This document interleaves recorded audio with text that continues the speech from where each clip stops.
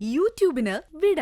സൂര്യയിലെ എല്ലാ പരമ്പരകളും സംരക്ഷണത്തിന് ശേഷം തികച്ചും സൗജന്യമായി സൺ നെക്സ്റ്റ് ആപ്പ് ഡൗൺലോഡ് ചെയ്യൂ. കണ്ടാസ്വദിക്കാം നിങ്ങളുടെ പ്രിയ പരമ്പരകൾ.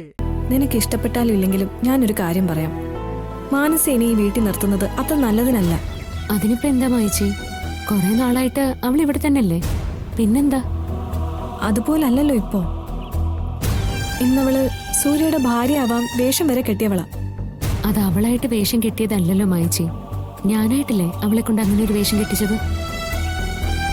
എന്നിട്ട് സംഭവിച്ചതോ, വേഷം കെട്ടിച്ച ഞാൻ തന്നെ അവളെ കൊണ്ട് ആ വേഷം അഴിപ്പിച്ചു. ശരിയല്ലേ? സത്യം പറഞ്ഞ മര്യാദയ്ക്ക് ഇവിടെ കഴിഞ്ഞ മാനസിക്ക് മോഹം കൊടുത്തിട്ട് അതിനെ തട്ടിയെറിഞ്ഞവളാ ഞാൻ. ഇനി മാനസിക്കൊരു നല്ല ജീവിതം കിട്ടിയാലേ എന്റെ മനസ്സിന് സമാധാനം ഉണ്ടാവും. നീ ഈ പറയുന്നതൊക്കെ കാര്യം തന്നെ, പക്ഷെ നാട്ടുകാരുടെ വായ മൂടിക്കെട്ടാൻ നമുക്ക് പറ്റുമോ? ഇപ്പൊ തന്നെ നാട്ടുകാരെയും ബന്ധുക്കളെയും ഒന്നും അറിയിക്കാതെ നിന്റെ കല്യാണം നടത്തി എന്റെ പരാതിയേ ഉള്ളൂ. അതൊന്നും മനഃപൂർവ്വം അല്ലല്ലോ മായിച്ചി. എന്റെ കല്യാണം അല്ലല്ലോ അവിടെ നടക്കാനിരുന്നത്. നമ്മുടെ ന്യായം നമുക്ക് മാത്രമേ പരസ്പരം പറയാൻ ഒക്കത്തുള്ളൂ ഭാവനെ. വേറെ ആരോടും പറഞ്ഞിട്ട് കാര്യമില്ല. നോക്ക്, അതുകൊണ്ടാ ഞാൻ പറഞ്ഞത് എത്രയും വേഗം മാനസ് ഇവിടുന്ന് പറഞ്ഞു വിടാൻ നോക്ക്. ഞാനായിട്ട് ഇവിടെ ഒരു തീരുമാനം എടുക്കാറില്ല മായിച്ചി. ഇക്കാര്യം ഞാനിവിടെ പറഞ്ഞ പിന്നെ എന്താണ് അവസ്ഥയെന്ന് മായിച്ചിക്ക് അറിയില്ല. ഞാൻ പറഞ്ഞെന്ന് കരുതി നീ ഇനി ആരുടെയും ശത്രു ആവാനൊന്നും പോണ്ട. മാനസെ വീണ്ടും ഇവിടെ കണ്ടപ്പോ മനസ്സിന് എന്തോ ഒരു വിഷമം പോലെ, അതുകൊണ്ട് പറഞ്ഞതാ. അറിയാലോ, അനുഭവിക്കാനുള്ളതിന്റെ അങ്ങേയറ്റം വരെ അനുഭവിച്ചോളാങ്ങ്. ഇനിയും നിനക്കൊരു വീഴ്ച വരാൻ പാടില്ല. അതുകൊണ്ടാണ് ഞാൻ ഇങ്ങനെയൊക്കെ പറഞ്ഞത്.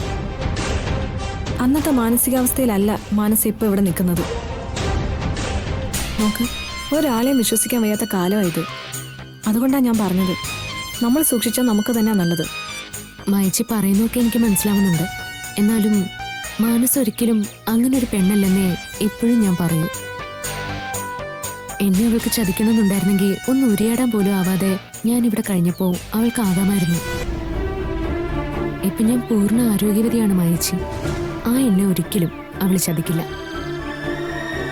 എത്രയും വേഗം മാനസിക്കൊരു ഭാവി ഉണ്ടാക്കി കൊടുക്കാന് എന്റെയും സൂര്യയുടെയും തീരുമാനം.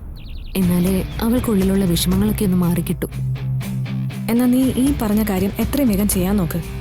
ശരി മായിച്ചി, സൂര്യയോടും ആന്റിയോടും ഞാൻ സംസാരിക്കുന്നുണ്ട്. വരട്ടെ. നാളെ എങ്ങനെയാ? നീ രാവിലെ വരത്തില്ലേ? വരും.